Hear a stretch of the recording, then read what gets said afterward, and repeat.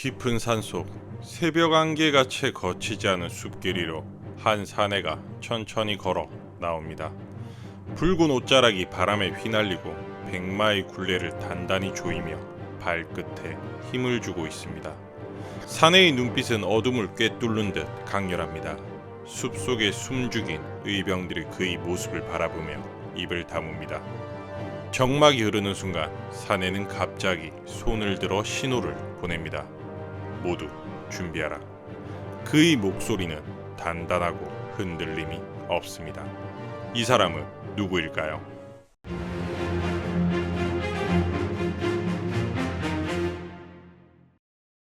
(1592년) 조선의 하늘은 불타오르고 있었습니다.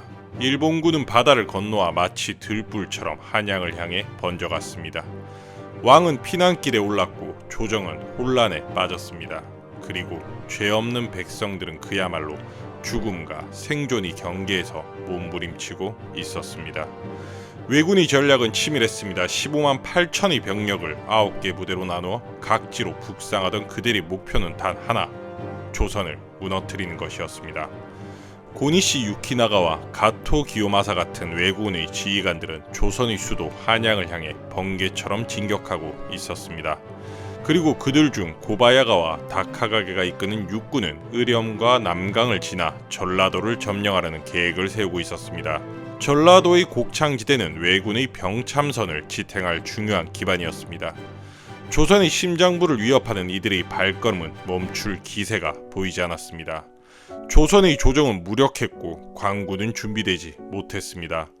조정에서는 누가 무엇을 해야 할지 몰라 우왕좌왕하며 시간을 허비했습니다. 하지만 의령, 남강의 고요한 강변에서 낚싯줄을 들이우고 있던 한 사내는 결코 가만히 있을 수 없었습니다.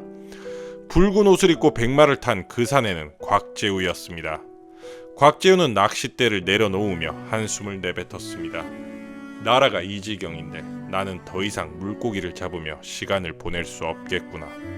그는 남강을 바라보며 결심했습니다. 그의 머릿속에는 이미 왜군의 움직임과 자신이 해야 할 일이 번개처럼 스쳐 지나갔습니다. 이 강은 내가 너무나 잘 아는 곳이다. 이곳에서 적을 막을 수 있다면 전라도를 지킬 수 있다. 그는 주변의 젊은이들을 모으기 시작했습니다. 나라가 위험에 처했다. 너희는 이곳을 지킬 의지가 있느냐? 그의 목소리는 단호하고 열정적이었습니다. 처음에는 몇몇 젊은이들이 주저했지만 곽재의 눈빛 속에서 결단과 용기를 보았습니다. 그날 이후로 의령의 작은 마을은 조용히 무장하며 전투 준비에 돌입했습니다. 곽재우는 병사들에게 말했습니다. 우리는 숫자로 적을 이길 수 없다. 그러나 이 강과 이 땅은 우리의 편이다. 내가 방법을 찾을 것이다. 곽재의 붉은 옷은 이제 그의 결단과 열정을 상징하게 되었습니다. 그는 단순한 낚시꾼이 아니라 전쟁의 항복판으로 뛰어든 홍의 장군이었습니다. 그의 붉은 옷자락이 바람에 휘날리며 남강을 향해 걸어나가는 순간 그는 이미 전설의 첫 장을 쓰고 있었습니다. 정함진 나루토는 여전히 고요했습니다. 남강은 아무 일도 없다는 듯 잔잔하게 흐르고 있었지만 그 강을 마주한 조선의 땅은 이미 전쟁의 그림자로 물들어 있었습니다. 고바야가와 다카가게가 이끄는 왜제6군은 전라도를 점령하기 위해 동래를 지나 의령으로 향했고 마침내 정함진에 이르렀습니다. 그들의 목표는 단 하나, 남강을 건너 전라도로 진격하는 것이었습니다. 왜군은 신중했습니다. 이전 전투에서 강 주변 늪지의 위험성을 경험한 그들은 정찰대를 조직해 길목을 찾는 데 모든 신경을 집중했습니다. 정찰병들은 늪지를 둘러보며 통행 가능한 경로를 발견할 때마다 작은 표지목을 세웠습니다. 여기라면 병력이 지나갈 수 있겠군. 그들의 목소리는 낮았지만 명확했습니다. 남강을 건너기 위한 준비는 그렇게 서서히 이루어지고 있었습니다. 정찰대의 움직임은 치밀했습니다. 늪지를 피하고 비교적 단단한 땅을 따라 강을 건널 수 있는 경로를 탐색하며 병사들에게 혼란을 주지 않도록 경로를 표시했습니다. 길을 명확히 해야 한다. 실수가 있어서는 안 된다. 그들의 노력은 곧 경로의 표시들로 이어졌고 왜군의 본진은 이 표지를 따라 강을 건널 계획을 세웠습니다. 그러나 정찰병들의 움직임은 이미 누군가의 눈에 포착되어 있었습니다. 강 건너 숲속에서 한 사내가 말없이 그들을 지켜보고 있었습니다. 붉은 옷자락이 바람에 나부끼고 그의 손에는 견고한 활이 들려 있었습니다. 그는 곽재우였습니다. 그는 강 주변의 지형과 늪지의 특성을 누구보다 잘 알고 있었습니다. 이곳은 그가 수년 동안 낚시를 하며 익힌 땅이자 그의 고향과 같은 곳이었습니다. 곽재호는 조용히 생각에 잠겼습니다. 왜군의 정찰병들은 표주목을 세우며 자신들의 병력을 안전하게 이동시키기 위한 길을 만들고 있었습니다. 그들의 노력은 체계적이고 빈틈없어 보였습니다. 하지만 곽재호는 그 체계 속에서 허점을 발견했습니다. 표주목을 따라 강을 건너겠다는 건가? 그렇다면 그 표지가 잘못된 곳을 가리키면 어떻게 될까? 곽재호는 자신의 계획이 서서히 머릿속에서 구체화되는 것을 느꼈습니다. 놈들이 믿는 표지를 이용한다면 강 자체가 함정이 될 수 있다. 그는 웃으며 속으로 다짐했습니다. 내가 이 늪지를 무기 삼아 그들을 묻어버리겠다. 그의 눈에는 이미 결단의 빛이 서려 있었습니다. 곽재호는 병사들을 불러 모았습니다. 그의 목소리는 낮았지만 단호했습니다. 외놈들이 길을 만들고 있다. 강을 건너려는 경로에 표식을 세우는 중이다. 병사들은 그의 말에 긴장한 표정을 지었습니다. 그 표식이 우리의 무기가 될 것이다. 우리가 놈들을 늪지로 끌어들이고 그들을 끝장내야 한다. 병사들은 조용히 고개를 끄덕였습니다. 곽재호는 그들을 바라보며 미소를 지었습니다. 이 강과 늪은 우리의 편이다. 놈들은 이곳을 알지 못하지만 우리는 안다. 그것이 우리의 강점이다. 밤이 오면 우리가 움직일 것이다. 곽재호는 병사들에게 명령을 내리고 다시 강을 바라보았습니다. 강물 위로 들이운 안개는 점점 짙어지고 있었고 그 안개 속에서 왜군의 불빛이 어렴풋이 보였습니다. 그는 속으로 다짐했습니다. 이곳이 그들의 무덤이 될 것이다. 정암진 나루토는 다시 고요를 되찾은 듯 보였지만 그 고요는 폭풍전의 침묵이었습니다. 곽재호의 결단은 이미 내려졌고 전장의 그림자는 그의 계획 속에서 서서히 형태를 갖춰가고 있었습니다. 밤은 어둠을 한껏 품고 난강 주변의 숲속은 침묵에 잠겼습니다. 달빛조차 짙은 안개 속에 묻혀 있었고 강물은 여전히 잔잔하게 흐르고 있었습니다. 그러나 이 고요한 밤 정암진의 땅 위에서 조용한 발소리가 울려 퍼지고 있었습니다. 곽재호와 그의 병사들이 그림자처럼 움직이며 전투를 준비하고 있었습니다. 곽재호는 병사들에게 작은 손짓으로 명령을 내렸습니다. 소리내지 마라. 우리의 목표는 표주목을 바꾸는 것이다. 날이 밝기 전에 모든 것을 끝내야 한다. 병사들은 그 지시를 따르며 늪지로 조심스럽게 걸어갔습니다. 그들의 발걸음은 가볍고 소리는 거의 들리지 않았습니다.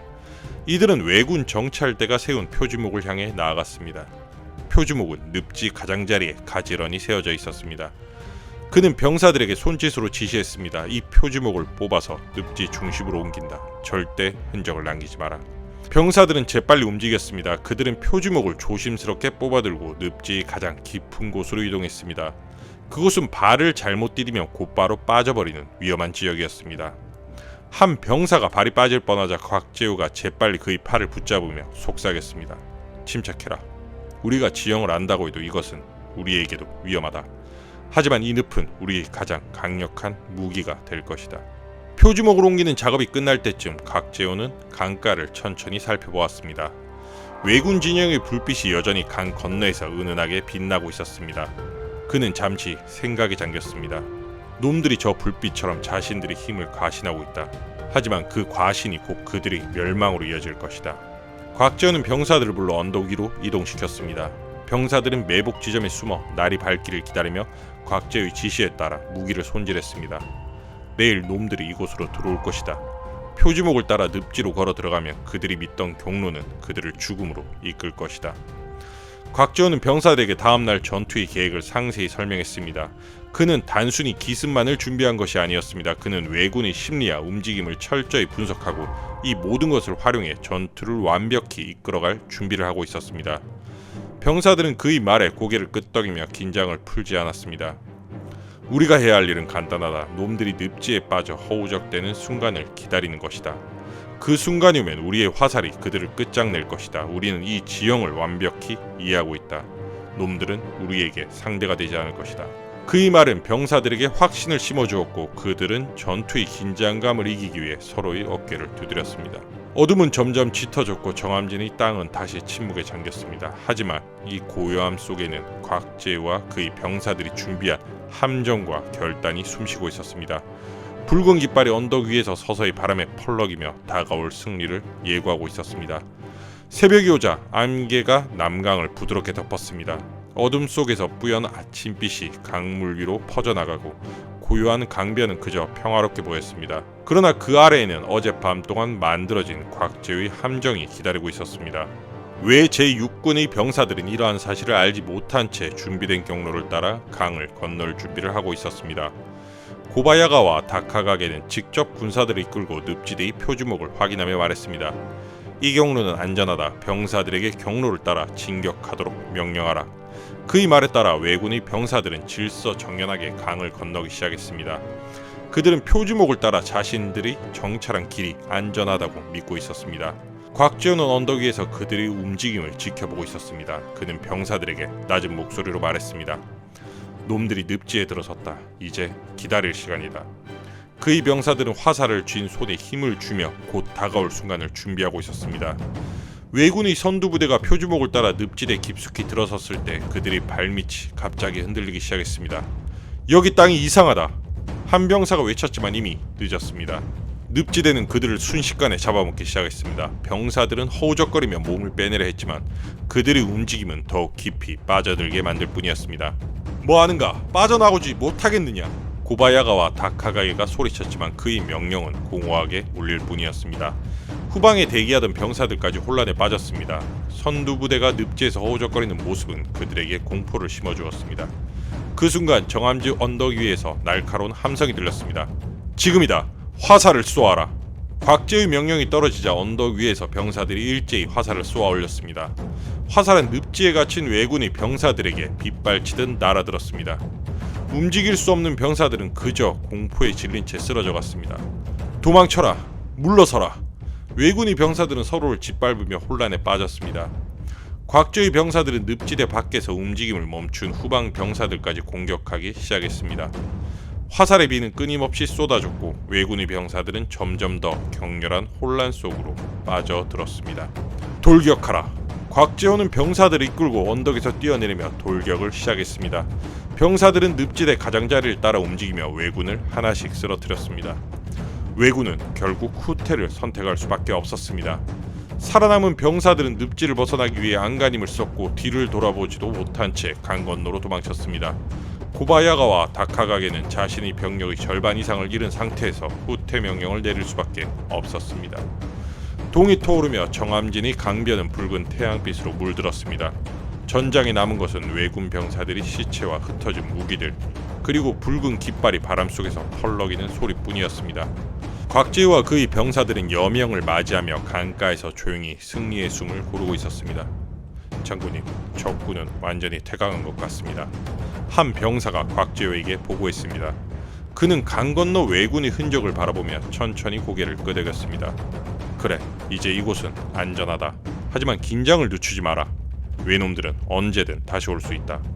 곽재우의 목소리는 차분했지만 그 안에는 냉철한 결단이 담겨 있었습니다. 정암진에서의 승리는 끝이 아니었습니다. 그것은 곽재우와 그의 병사들 그리고 조선을 위해 싸운 모든 이들이 다시금 일어설 수 있는 시작이었습니다. 정암진 대첩은 단순히 왜 제6군의 전진을 막아낸 승리로 끝난 것이 아니었습니다. 그것은 임진왜란의 전반적인 전황에 중요한 변화를 가져온 결정적 사건이었습니다. 관군이 제대로 정비되지 못했던 전쟁 초기, 조선은 왜군의 거대한 공세 앞에서 위기에 처해 있었습니다. 그러나 곽재와 그의 의병들이 정암진에서 승리를 거둠으로써 전라도는 왜군의 손에 넘어가지 않았습니다. 이 승리는 조선의 전쟁사에 새로운 전환점을 만들어냈습니다. 왜군의 전략은 조선을 남북으로 가르며 전라도 곡창지대를 점령하고 병참선을 안정적으로 확보하는 것이었습니다. 만약 왜군이 전라도를 점령했다면 조선은 식량과 보급을 잃고 전쟁에서 더 큰 고난에 직면했을 것입니다. 그러나 정암진 대첩은 왜 제6군의 전라도 진격을 막아냈고 결과적으로 조선의 곡창지대를 보존하는 데 성공했습니다. 이로 인해 조선의 병참선은 유지될 수 있었으며 이는 관군의 재정비와 조선군의 지속적인 저항을 가능하게 했습니다. 또한 이 승리는 단지 육지에서의 방어로 그치지 않았습니다. 정암진 대첩의 성공은 이순신 장군이 해상 전투에도 결정적인 영향을 미쳤습니다. 전라도가 안전하게 보존되었기 때문에 이순신 장군이 전라 좌수영은 육지로부터의 왜군의 위협 없이 자유롭게 작전을 펼칠 수 있었습니다. 이순신 장군의 활약은 일본군이 해상 병창선을 완전히 차단했고 이는 왜군의 북진을 근본적으로 약화시켰습니다. 특히 왜군은 전라도 점령 실패로 인해 병참선을 남해를 돌아 서해로 올라가는 해로와 경상도 내륙의 낙동강을 통한 육로로만 제한될 수밖에 없었습니다. 그러나 이 해로는 이순신 장군이 지휘한 조선 수군에 의해 철저히 봉쇄되었고 낙동강 병참선은 곽지우를 비롯한 영남 의병들의 공격으로 끊임없이 차단되었습니다. 이러한 상황에서 왜군이 병참망을 완전히 무너뜨렸고 이는 임진왜란에서 왜군의 북진 전략을 좌절시키는 핵심적인 역할을 했습니다. 이처럼 정한진 대첩은 단지 하나의 전투가 아니었습니다. 그것은 임진왜란 전체의 흐름을 뒤바꾼 승리였고 왜군의 돌격 부대를 처음으로 꺾은 상징적 사건이었습니다. 곽지우의 리더십과 그의 의병들의 헌신은 조선의 저항 정신을 각성시키는 역할을 했습니다. 그의 붉은 깃발은 단지 정함진에서만 펄럭인 것이 아니라 조선 전역의 의병들에게 용기와 희망을 불어넣는 상징이 되었습니다. 정유재란 때 일본군은 전라도 점령 실패를 자신들의 주요 패인으로 분석했습니다. 그래서 그들은 전라도를 통해 북상하는 데 모든 병력을 집중했지만 조선군과 명나라 연합군이 철저한 방어로 다시 실패를 맛봐야 했습니다. 이는 임진왜란 초기 각제와 그의 의병들이 정함진에서 보여준 저항이 얼마나 중요한 역할을 했는지를 보여줍니다. 전라도의 보조는 곧 조선의 승리를 위한 토대가 되었고 정함진 대첩은 그 첫걸음이었습니다. 오늘날 정함진의 강물은 여전히 흐르고 있습니다. 그 강물은 조선의 절망 속에서 피어난 희망과 승리를 기억하고 있습니다. 곽지우가 남긴 유산은 단순히 전쟁의 기록이 아닙니다. 그것은 정의와 헌신, 그리고 어려움 속에서도 결코 포기하지 않는 용기의 상징입니다. 그의 붉은 깃발은 오늘도 우리에게 묻고 있습니다. 너희는 무엇을 위해 싸울 것인가? 곽지우. 그의 이름은 임진왜란의 역사를 넘어 정의를 향한 우리의 마음속에 영원히 남아있습니다. 이상 전지적 역사 시점이었습니다.